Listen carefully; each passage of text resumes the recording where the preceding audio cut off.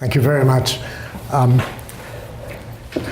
an old-fashioned kind of person, and I believe in handouts, so I prepared two of them, but I'm afraid there aren't enough copies of either one of them, so we're going to have to project on the screen. Can this be scrolled down to see what's on it? Yeah, great. Okay, like that would be good. Okay.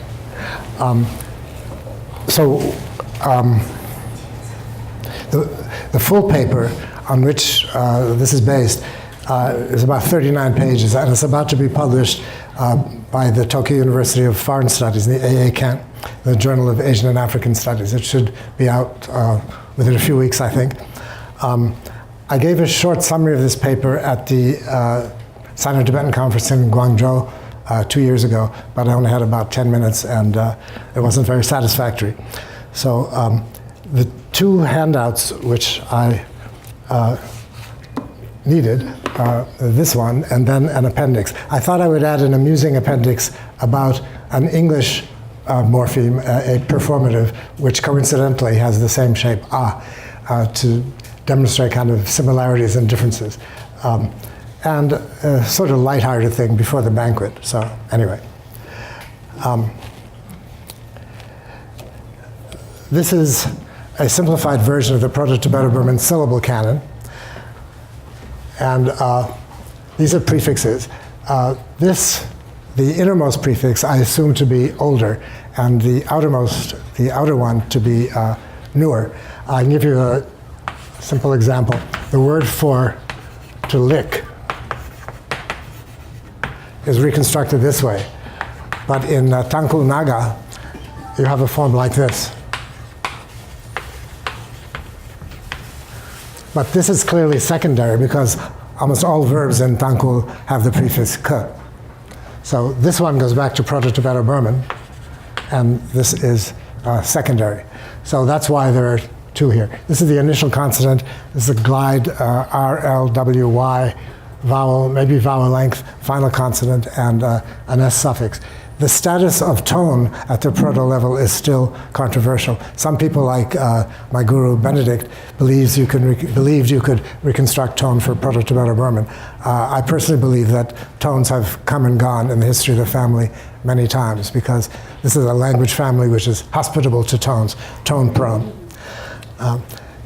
So what I want to talk about today is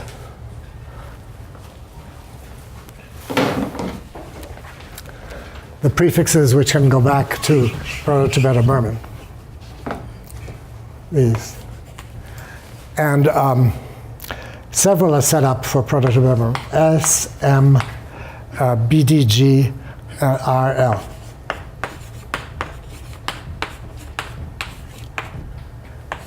These are by far the most important because they have the clearest semantic content. S is a causativizer or a transitive. M is the opposite of that, inner directed or stative meaning instead of outward directed causative or transitive. These occur sporadically and look as if they're reductions of initial syllables and compounds, although they're so ancient that it's now very hard to demonstrate that. So among these prefixes is this one, which is reconstructed as A. And I believe this is a serious oversimplification because, well, in the first place, all the other prefixes are consonantal. But in many of the daughter languages, you have this form. And it's not nice to leave out glottal stop, even though in some languages it's automatic, as in German, before a vowel. But Mary Haas used to say that if you don't write glottal stop, you might as well not write T. So I sort of believe that. So I would like to look at this prefix from 2 points of view. I call this morphosyntactic, from a morphological point of view and from a semantic point of view. So did I say morphosyntactic? I meant morphosemantic. Morphosemantic. The morphosemantics are summarized in this monstrous chart here. You notice, by the way, that this syllable canon goes beyond the simple monosyllable. Once you have prefixes, you usually get them vocalized by schwa or a or some other vowel. So it's really sesquisyllabic. Sesqui, of course, means 1.5. And this sort of syllable structure is rampant in Southeast Asia. It's a hallmark of the Mon Khmer family, and it also is very obvious in certain branches of Tibeto-Burman. So this is a necessary stage between disyllabic, sesquisyllabic, monosyllabic.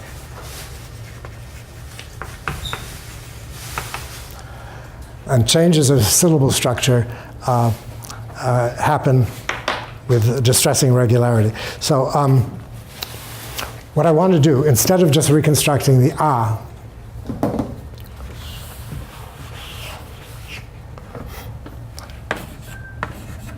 the full morphophonemic range of this prefix is on page 2 of this handout here. First of all, I want to reconstruct both stressed and unstressed variants.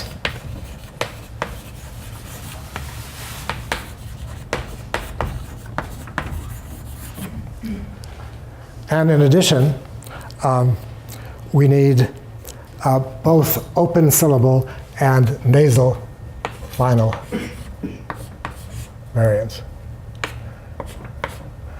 Now, this is perhaps the most difficult to accept of my hypotheses here. Ah, there it is, yes. Yeah, on this first page here, I take an arbitrary syllable ta and show what happens to it in the various languages. So, many languages have disyllabic forms with a fully syllabic ah. These include several languages described by Shintani Tadahiko. Shanke, Zotung, Zayang. Shanke is a Naga language. Zotung is a Chin language. Zayang is a Karenic language. You have Tibetan and Lahu. So many other languages in the family are of this type, fully disyllabic with an initial ah with a glottal stop. Other languages have an unstressed variant. The most important language from that point of view is Burmese, which has the unstressed variant ah with this consonant before the root. This is such a pervasive prefix in Burmese that if you start writing a dictionary of Burmese, you would have to duplicate almost every entry. Madame Bernot talked about this in that film we saw the other day, because it's an extremely productive prefix. It sometimes converts verbs into nouns, but sometimes it's just there for phonological bulk to give the word greater phonological power. Okay, now here comes something that some people might find hard to accept. There is a phenomenon which I have called rhinoglotophilia in an article written back in 1975. I know it sounds like a disease or maybe even a perversion, but by rhinoglotophilia, what I mean is the connection between glottality and nasality, and the interesting fact that syllables with initial laryngals, H, glottal stop, or 0, very often have allophonic nasalization in them. And there are many, in the full handout, this is discussed on page 4 and 5. A language like Thai has nasalization in syllables that begin with glottal stop or H. So the word for 5, written H-A-A, is from ha, to take, ow, glottal stop A-W. Ak, to leave. Lahu is another language like that. The numeral for 4 is aw, but it's usually pronounced an. Aw to bend, ha, elephant, ha to wrap up. And you can see you can get both the nasal and the glottal feature in the same syllable. Ha has both a glottal stop and a nasal. Yiddish also has a few examples like this. The word for Jacob in Hebrew is Yaakov, but in Yiddish it becomes Yankiv or Yankel. This glottal stop is realized as a nasal in that word, many other words. My colleague John O'Hala, who's a phonetician, and I have had many discussions about the connection between nasality and glottality over the years. And he has elaborate explanations based on both articulatory and aerodynamic factors. These are discussed on page 4. I'll just quickly read through this. Vowel nasalization frequently occurs in the environment of laryngeals because, for one thing, nasal-oral coupling has negligible acoustic or perceptual effect on laryngeals, so that people are free to follow the principle of least effort, not bothering to raise the velum when it is not absolutely necessary. And secondly, there's no aerodynamic requirement for velar closure in the articulation of laryngeals. It's also true that there's a preference for low vowels in order for this nasalization to take place.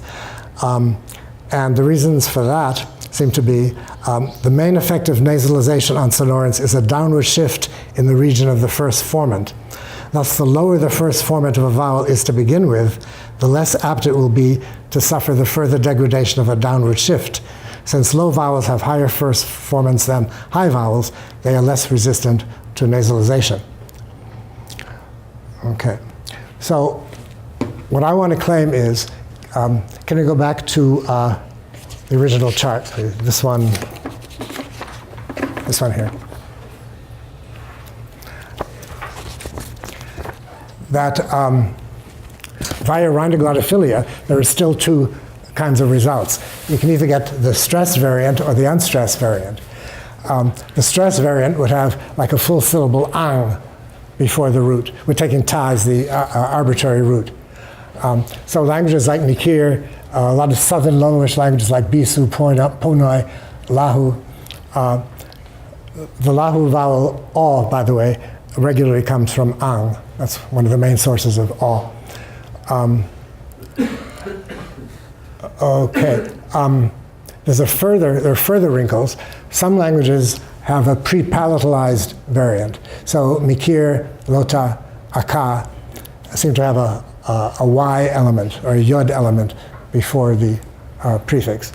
Other languages go further and drop the vowel altogether, so you just have pre-nasalized initials, or in the case of Lahu, the Lahu voice series comes from an original pre-nasalized series. So you get all the way from disyllabic things like ang-ta to things like da or n-ta. Can we go up a little more, please? Scroll down a bit.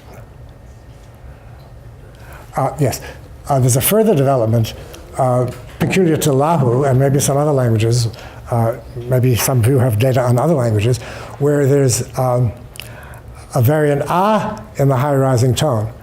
And I demonstrated a long time ago that the Lahu high rising tone comes from syllables with two glottal incidents in them, a glottalized initial and a glottal stop final, which comes from final PTK. So it's a very pervasive variational process in Tibeto-Burman that you get alternation between homorganic final stops and nasals. So Lahu went a further distance and has a variant ak, which became a. So in fact, Lahu has three different a prefixes. It has a, it has o, and it has a. This one is from plain a, although the glottal stop disappears in Lahu. This is from ang, and this is from ak. Okay, now where do these variants occur? So,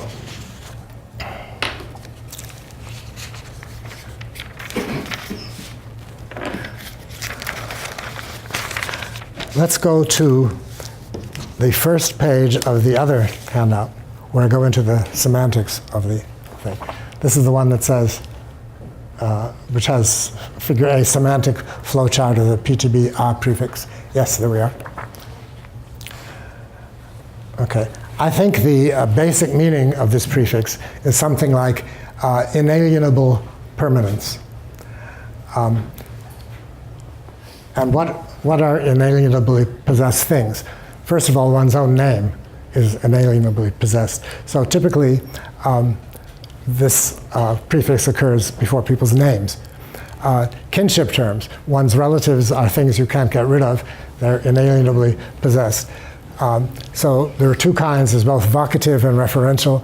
And I think in many languages, this A prefix is a marker, like in Chin languages, of the third person.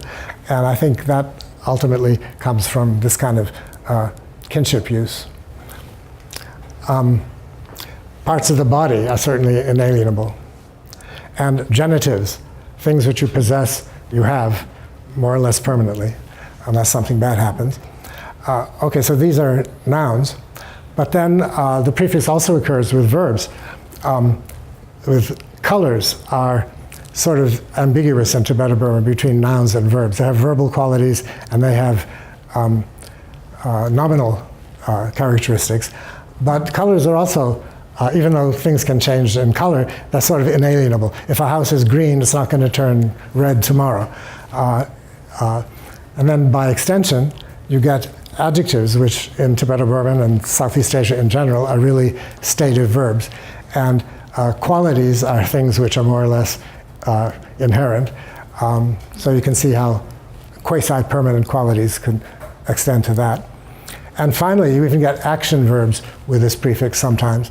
A verb which is nominalized is more permanent in a way than if it hasn't been nominalized. And then finally, showing bleaching of function, you sometimes get this prefix where there's no good reason for it, but it seems it's there for phonological bulk. So morphologically, it's complicated, and semantically, it's kind of complicated. But, and it's also true that in some languages, an ang prefix is differentiated semantically from an a prefix. But that doesn't mean necessarily that they don't have the same origin, because once things have different forms, they can undergo semantic divergence, which is what has happened. So one side benefit of this paper, I think, is to discuss the mysterious Tibetan letter called A-chung, which seems to have both nasal and glottal characteristics, as we'll see in the later part of the paper. Okay. Speaking of nasality,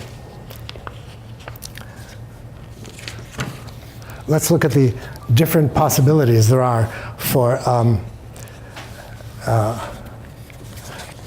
nasal consonants in Tibeto-Burman. This is on page 5 of the bigger handout. So sometimes you get a nasal consonant plus a full vowel, as in lota. Go up a little bit. Yes, there we are. Yeah. Sometimes you get a nasal consonant plus schwa, like m in Jingpo, a very common prefix. Sometimes you get a syllabic nasal homorganic with a root initial, like mb, which you also get in Jingpo.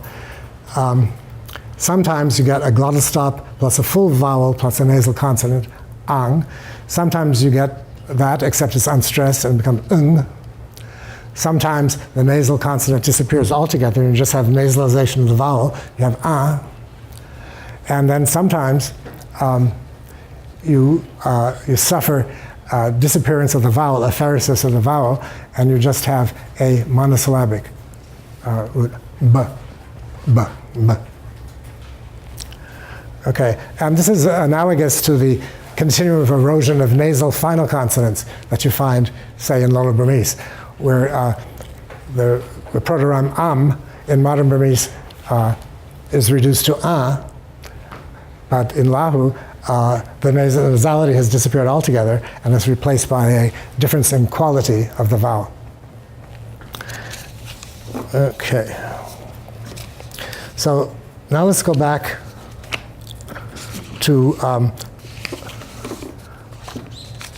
page 2 of this handout, which says Semantics of the Are prefix. So the stressed version of the prefix A occurs widely in kinship terms. Wolfenden, the great pioneer in Tibeto-Burman morphology, his 1929 book, Outlines of Tibeto-Burman Linguistic Morphology, noted that it occurs widely in kinship terms. Some written Tibetan kinship terms are listed in the bottom of the page. By the way, I just received a copy of Yankee Modi's Milang grammar, and there on page 120, she talks about A being used with kinship terms. So in that macro Tani language also, you get the same thing. Okay, going on to Jingpo. Jingpo has a prefix which used to be written A, but Laurent Moran changed it, made it more accurate to and later revised it to with a glottal stop. And Moran was the first to observe that vocative forms of kinship terms, which begin with a sonorant, are pronounced with glottalized initials. So, daughter-in-law, Nam rather, Na, elder sister, father, Wa, grandma, Oi, maternal cross cousin, Ning, mother, Nu, and so forth. Leroux was the first to note that there were pre-glottalized initials in Jingpo. That's a big discovery. Okay, Lahu has two kinship prefixes, A, which is usually vocative, and O from Ang. These are both used in kinship terms. The A tends to be vocative and the O is more referential. Okay, we already mentioned genitive constructions and the pronominal prefixes in languages like the Chin group. But sometimes it's, the function of this prefix is quite elusive, and I'm forced to just have refuge in the concept of phonological bulk. So for example, sha in Lahu means meat or a game animal, but in compounds it means flesh. So you get va is pig, va sha is pork, but if you have the prefix o or sha, it always means meat or flesh. It cannot mean animal. So here, it's not just phonological bulk exactly, but it's some kind of semantic differentiation. By the way, you often get cognate object constructions in Lahu where you have a noun with the o prefix and then the identical verb without the prefix. So ti is to wrap something, or ti means a package. So it's kind of a nominalizer there. But then you get constructions like o ti ve to wrap a package. It also is a classifier. So o ti te ti means one package. So you can say o ti te ti ti ve. You have three instances of ti. The first one is with the prefix o, and it's a noun. The second one is just ti without the prefix, and it's a verb. And then you can get it after a numeral, where it's a classifier. So in the full version of the paper, I give a lot of examples of the fully stressed prefix. I already mentioned the languages discussed by Shintani, Shanke, Zotung, Zayen. There are others too. The Tangkul Naga has the same prefix. A recent dissertation has the identical prefix in Tangkul Naga. Okay, looking at Southern Loloish now, page 6, we see in languages like Bisu, Punoi, Bien, which is another language studied by Shintani, you get sometimes the full syllable ang. Sometimes it's reduced to just the nasalized vowel an.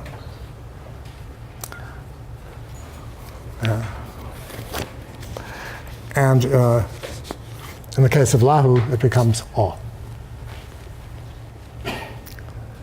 Rawangish used to be called Nungish, but that's an inaccurate term.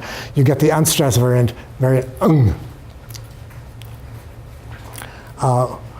Wadam Kong, another language studied by Shintani, has both the a and the ang. And they have slightly different functions.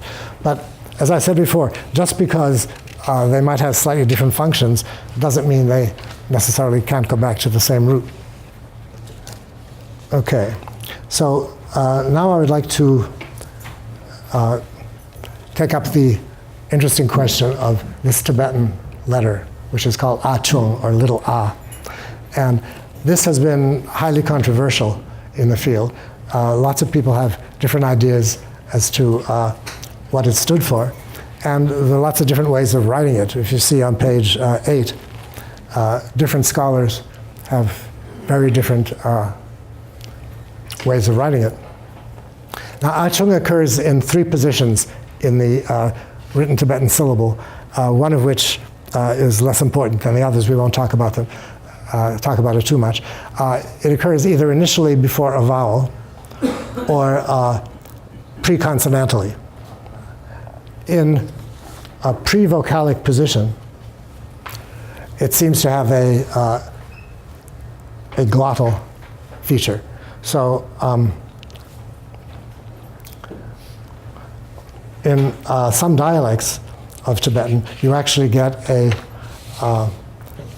velar fricative, like r or ch, before the vowel, where you have A-chung before a vowel. It sometimes is r, sometimes ch, sometimes glottal stop, in the various dialects.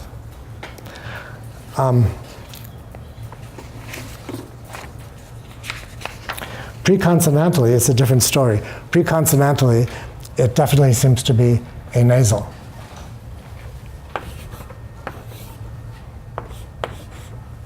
And there's all kinds of evidence for this. In Jackson Sun's MA dissertation on a dialect of Indo-Tibetan, Dzogchen Indo-Tibetan, he points out that written Tibetan A-chung before a consonant corresponds to prenasalization in the Amdo dialect. There are examples here on page 10.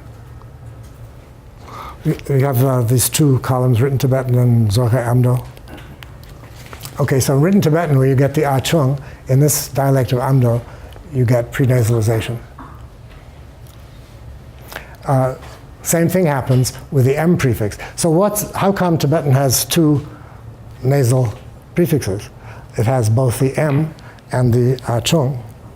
And again, Jackson has a good explanation for this. The m prefix in Tibetan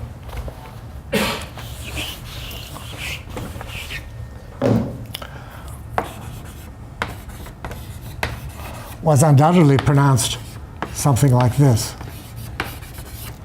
Because if you get 2 nasals in a row without some kind of vowel in there, it's kind of difficult to pronounce. You can't really say that. So this represents a kind of sesquisyllabic sequence. So you have this minor syllable and the major syllable, a syllable and a half.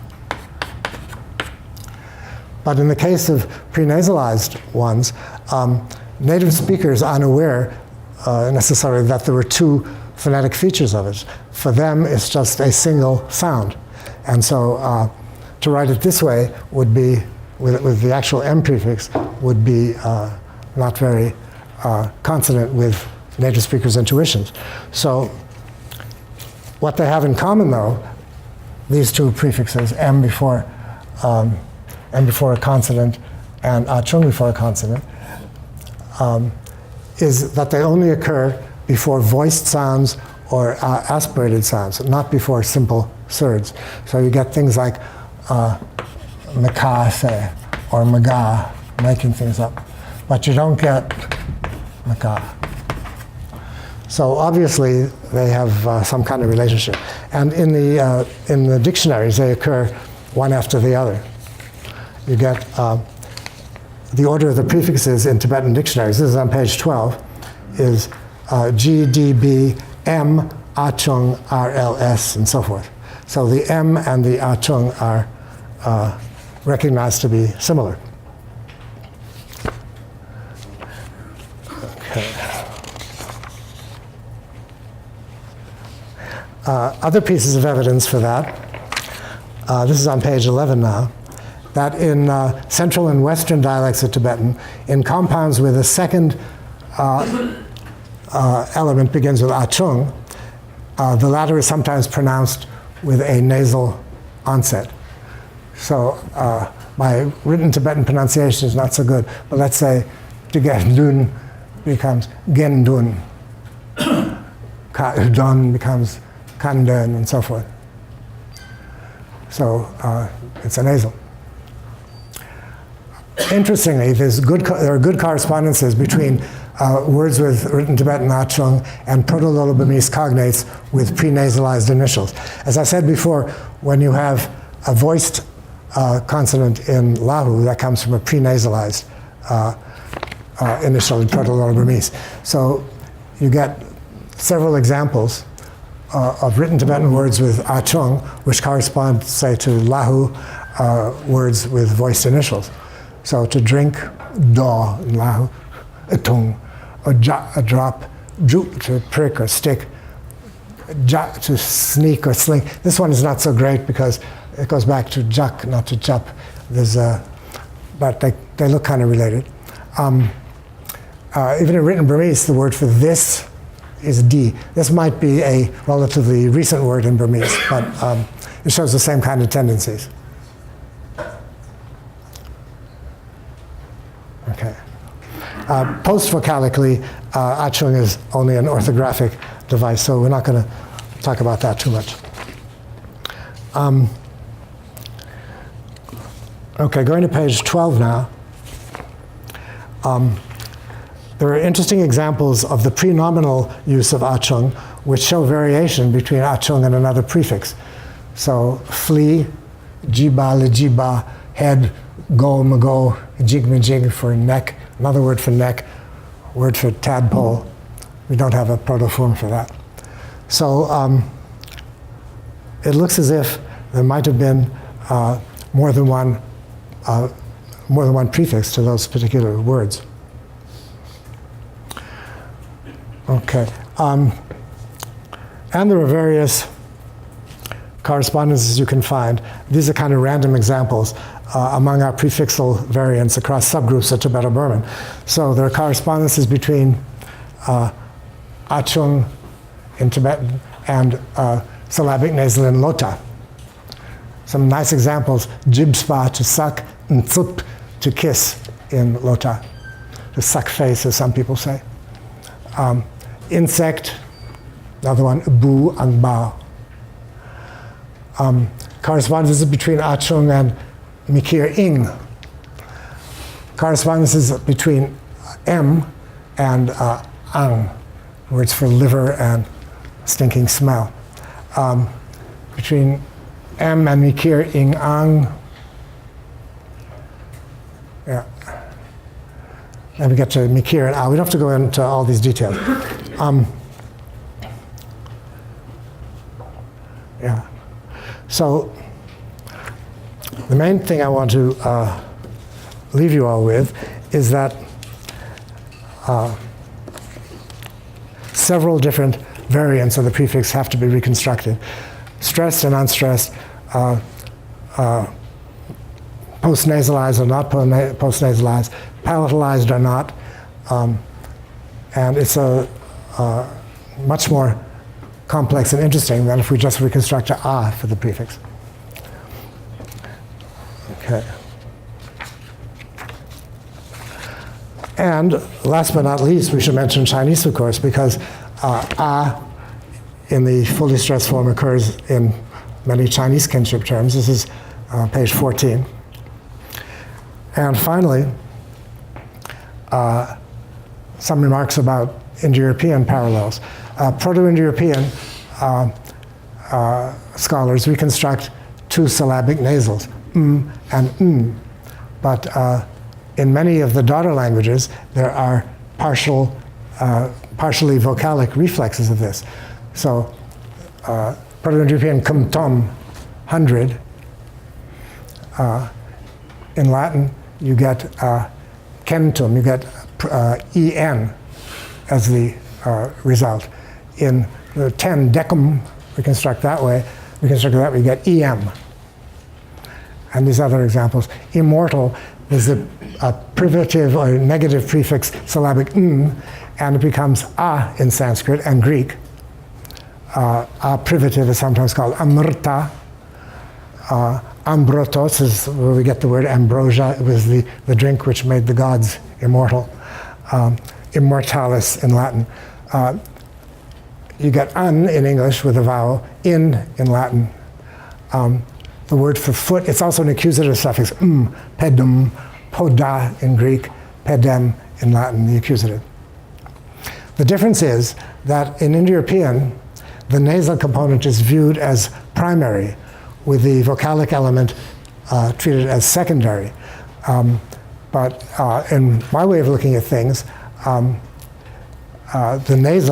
consider the nasal component to be secondary, and the nasal component should be secondary to the glottal component.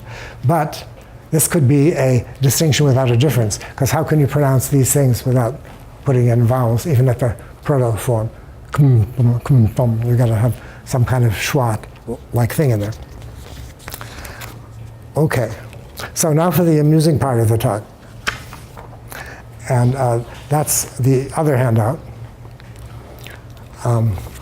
The first page is just the semantics of the root.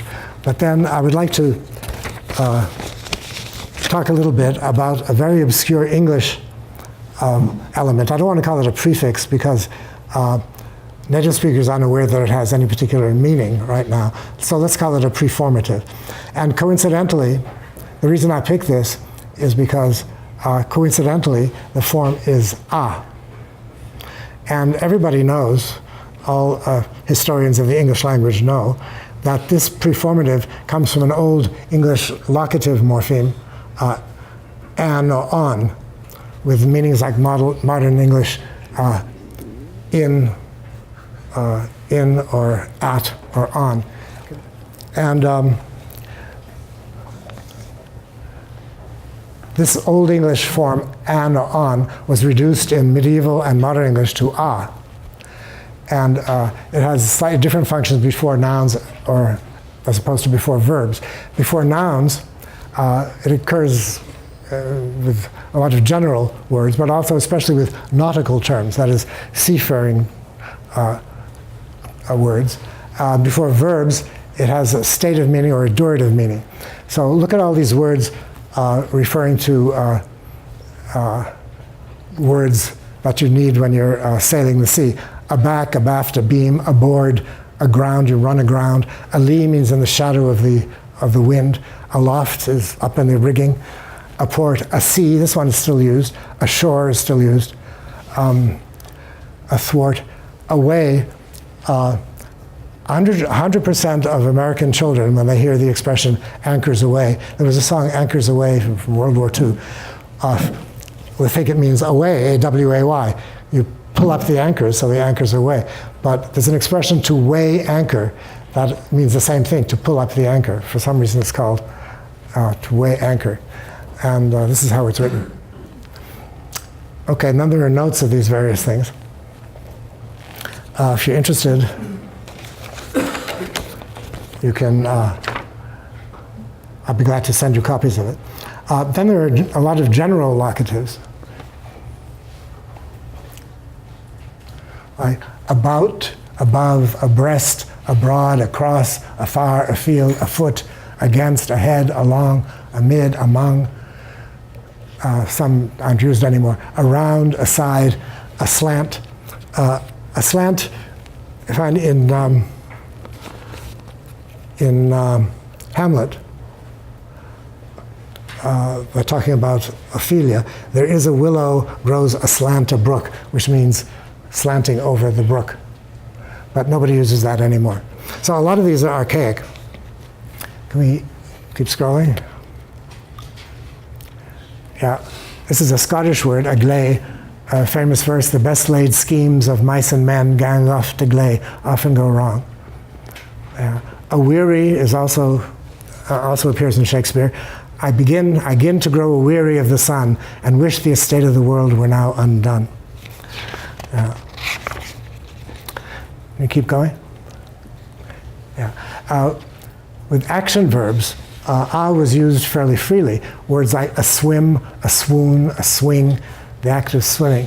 And this still exists in some dialects of English. Some older people still use expressions like this. They're considered dialectal. So I'm just a-sitting in the sun, warming my old bones. It has to be used with the progressive form of the verb, with the ing suffix. They were running and shouting like a bunch of lunatics. Another example from Shakespeare in King Lear, when King Lear's beloved daughter Cordelia is being hanged at the end of the play, King Lear actually kills a guy who was trying to hang her, and said, "I killed the slave that was a-hanging thee." That was in the act of hanging you. So that's from like at hanging. It was about the act of hanging. So a lot of these expressions are archaic, obsolete, or moribund. So some examples here. We still say a fire, but on fire is now much more common. Atop is kind of literary, on top, we say. A sea we can still say, but at sea is more common. Atone, that's interesting. To atone for a sin, that actually comes from at one, in agreement. Asleep, this is still very common. Everybody says asleep. Akin is still used. Aloud is still in common use. A bed, it's quaint now, we say in bed. A bloom is poetic, we say in bloom. A flame we can say, but it's sort of literary, in flames. Okay. Now, another point I want to make is that there are lots of words which begin with a, which have nothing to do with this particular prefix. Some derive from an intensitive prefix. A lot of words are from Romance languages, especially from French, where the first element is a, but that has nothing to do with what we're talking about. Yeah, all these things. If you look through the dictionary, you find many, many, many. Some of them look very much like they should be native English. Across, for example, it's one of these spatial things, but it's actually from French, à quoi or en quoi. Afraid is from French, effrayé. Agog, angug, in merriment. Apart, apace, apiece, astray. We even have a word from Malay, amok, to run amok, but that is that's a different story for that. Okay, so now the point I want to make, differences and similarities between these two prefixes, the Proto-Tibeto-Burman one and this English prefix. Both of the prefixal elements, both of these elements can be traced back to the same proto-semantic entity, but this is different in the two cases. In the Tibeto-Burman case, I'd say the proto-semantics is inalienable possession. In English, it's locativity, locative. There are different etymological statuses among the various examples that exemplify the English preformative, so they don't all come from the same source, but I claim that all the morphophonemic variants of the Tibeto-Burman prefix are etymologically related. In the English case, the origin of the preformative is quite clear, comes from at or on, but in Tibeto-Burman, Sino-Tibetan, no independent morpheme can be identified as the form that was reduced to become a.